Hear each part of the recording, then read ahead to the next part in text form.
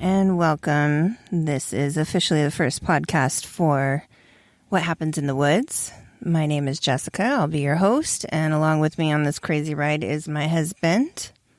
Is this thing on? I mean, I hope so. You're in charge of that. Oh. So is it on? It's on. Okay. Okay, Well, I'm here. Well, hi. Hello. Good to know. Good to know you're here. Okay. I wouldn't have you anywhere other place. Yeah? Yeah. Sure.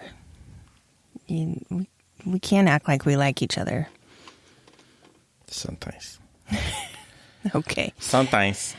So here we are. This is our first podcast. We're trying to kind of introduce ourselves a little bit, give you some information about what we're trying to do with this podcast and what we're interested in, as well as just a little background information about why we're into this. So this is a true crime podcast. Might be some sarcastic remarks every once in a while. We do have, I curse like a sailor, so I'm not going to apologize for it. It is what it is.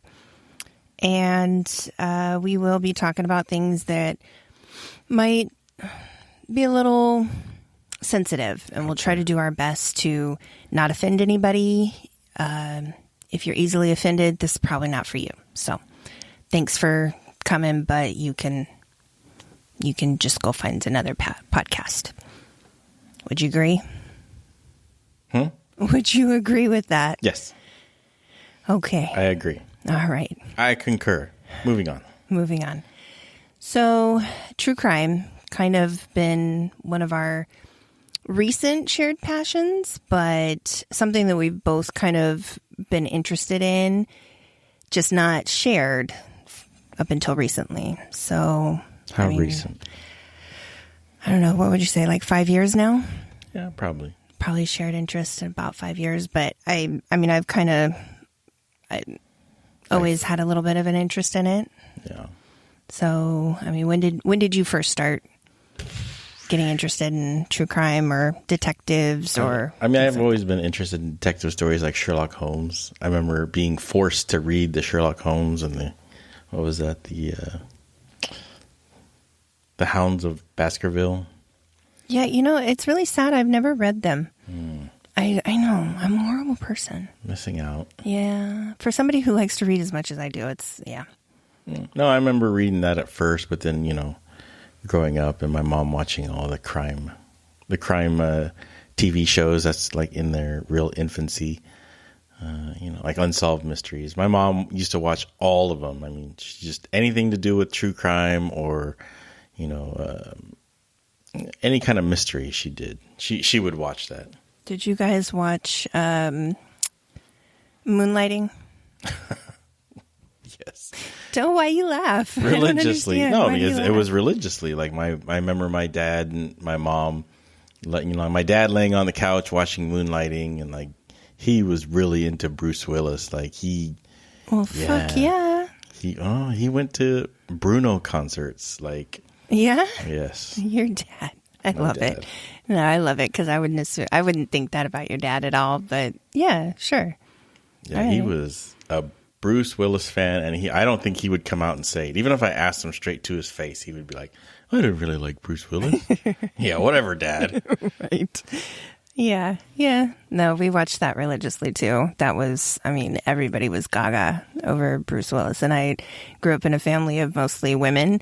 So yeah, we were all over that. And I think like my dad growing up too watched Perry Mason, and he was really into Perry Mason. And he tried to get me to watch that, but I was still young. I mean, I still lived on Travis Air Force Base, so I was still in elementary school. I was into G.I. Joe and Transformers, but at that time, there's only one TV in the house, and the kids were the remotes. So right.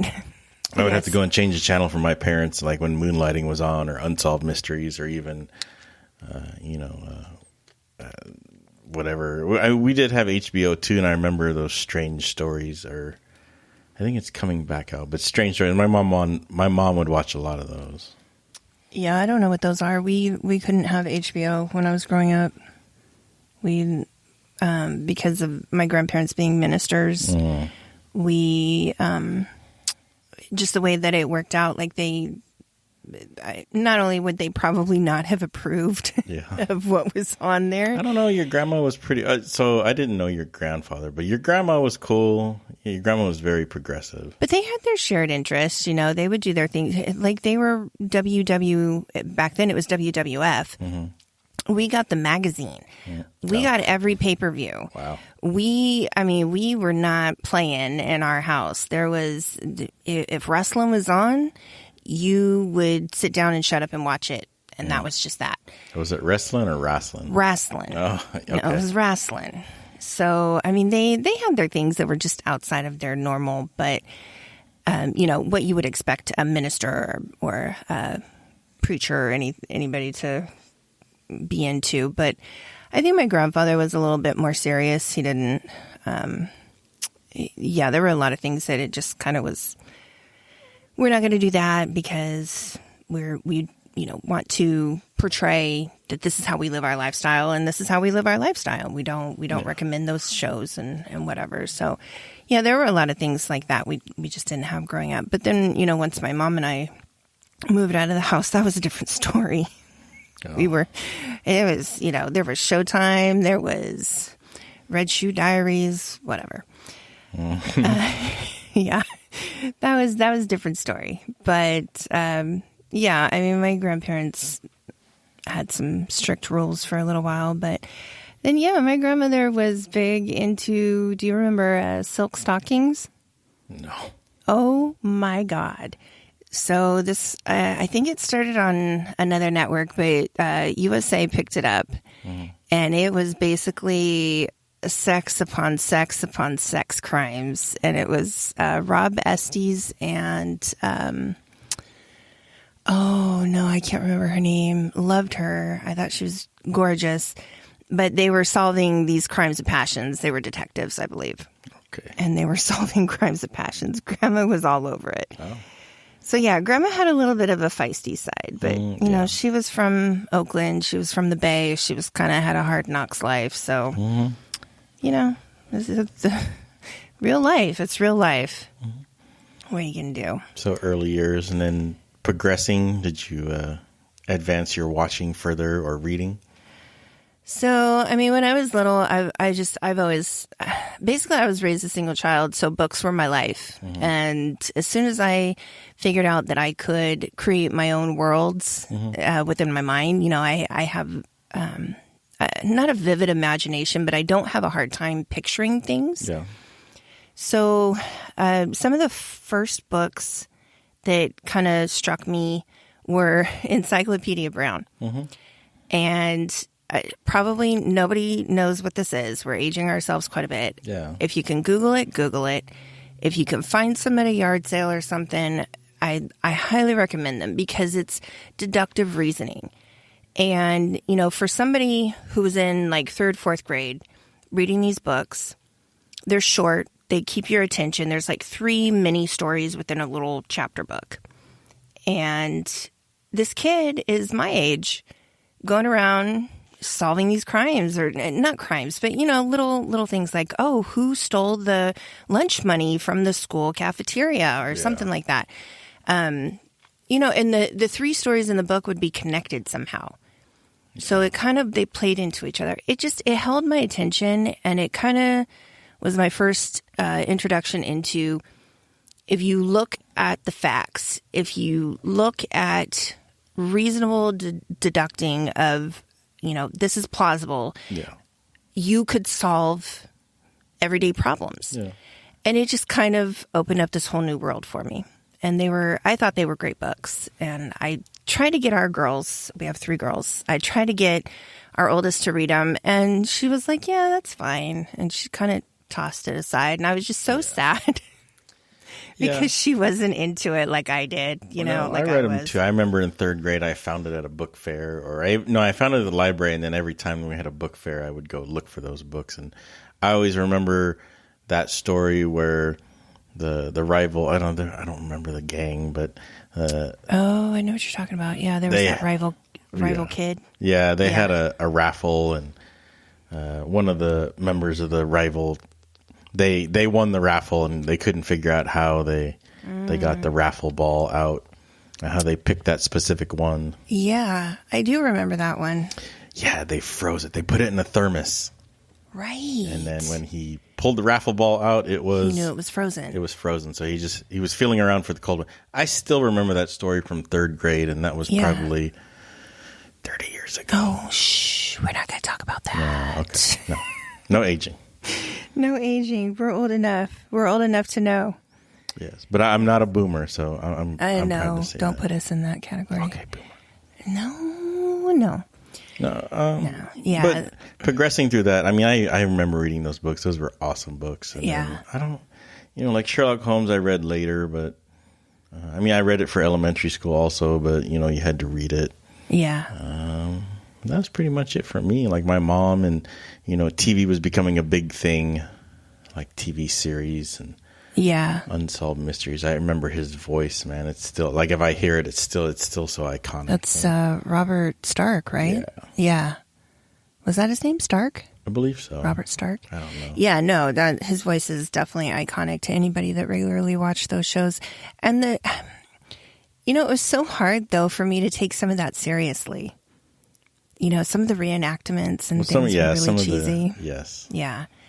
But it definitely, I think... it helped to visualize. But it was, some of it was cheesy. I definitely do think that kind of paved the way for some of the other shows that are popular now, like Cold Case, First 48. Yeah. What else is out there? There's a lot. You can kind of pick and choose a lot of channels.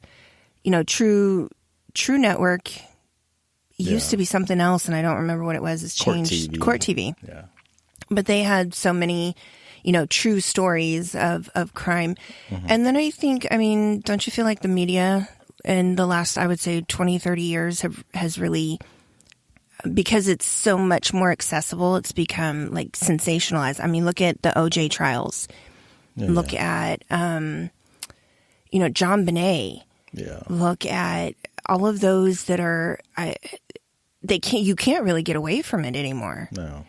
And I do kind of think that, starting that little seed back in the late 70s, early 80s, there were crime shows in the 60s. There were detective shows. But I think the 80s had like that big explosion of detective shows. And then it's become, I don't know, there's a lot of like CSI became a big thing in the late 90s or mid 90s. Yeah. It just kind of exploded, and now you find it everywhere. You cannot get away from true crime, and I think that's why it's not that people didn't love it. People have loved it this whole time. It's just that now it's accessible. Now you're not relying on stories that somebody is telling you. It's you can go search anywhere and go down a rabbit hole and find 50 different cases that might be similar, or I don't know. It's just it's everywhere now. Yeah, it is. I think that's everyone's fascination with it is they want to be behind the curtain. And so like shows like CSI, they showed you in the microscope, and they showed you, how DNA catches everybody. And that's always been, the hot word, DNA catches everybody.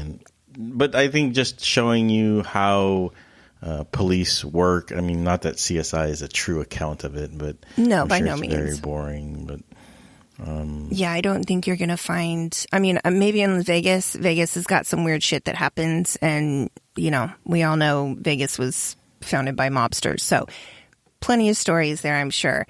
Yeah.